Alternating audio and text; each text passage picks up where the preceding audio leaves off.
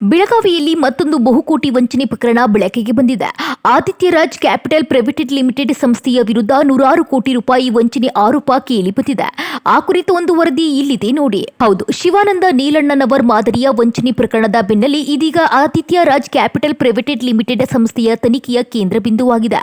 ಮಹಾರಾಷ್ಟ್ರ ಮೂಲದ ಬಲರಾಮ್ ಮನೆ ಒಡೆತನದ ಈ ಸಂಸ್ಥೆಯ ಮೇಲೆ ಬೆಳಗಾವಿ ಎಸಿ ಶ್ರವಣಕುಮಾರ್ ನೇತೃತ್ವದಲ್ಲಿ ಅಧಿಕಾರಿಗಳು ದಾಳಿ ನಡೆಸಿದ್ರು. ಇನ್ನು ಪ್ರಾಥಮಿಕ ತನಿಖೆಯಲ್ಲಿ ಸಾವಿರಾರು ಜನರಿಂದ ಠೇವಣಿ ರೂಪದಲ್ಲಿ ಹಣ ಸಂಗ್ರಹಿಸಿರುವುದು ಬೆಳಕಿಗೆ ಬಂದಿದೆ. 1 ಲಕ್ಷ ರೂಪಾಯಿ ಹೂಡಿಕೆ, ತಿಂಗಳಿಗೆ 5,000 ರೂಪಾಯಿ ಬಡ್ಡಿ ನೀಡುವುದಾಗಿ ಆಮಿಷವೊಡ್ಡಿ ಸಾರ್ವಜನಿಕರಿಂದ ಹಣ ಸಂಗ್ರಹಿಸಲಾಗಿದೆ ಎನ್ನಲಾಗಿದೆ. ಅಷ್ಟೇ ಅಲ್ಲದೆ ದಾಳಿ ವೇಳೆ ನೂರಾರು ಕೋಟಿ ರೂಪಾಯಿ ಆನ್ಲೈನ್ ಹಣ ವರ್ಗಾವಣೆಯ ದಾಖಲೆಗಳು ಪತ್ತೆಯಾಗಿದ್ದು, ಹಣದ ಮೂಲ ಹಾಗೂ ವ್ಯವಹಾರಗಳ ಬಗ್ಗೆ ಅಧಿಕಾರಿಗಳು ಪರಿಶೀಲನೆ ನಡೆಸುತ್ತಿದ್ದಾರೆ. ಪ್ರಕರಣದ ಸಂಪೂರ್ಣ ತನಿಖೆಯ ಬಳಿಕ ವಂಚನೆಯ ನಿಖರ ಕಾರಣ ಬಹಿರಂಗವಾಗುವ ಸಾಧ್ಯತೆ ಇದೆ.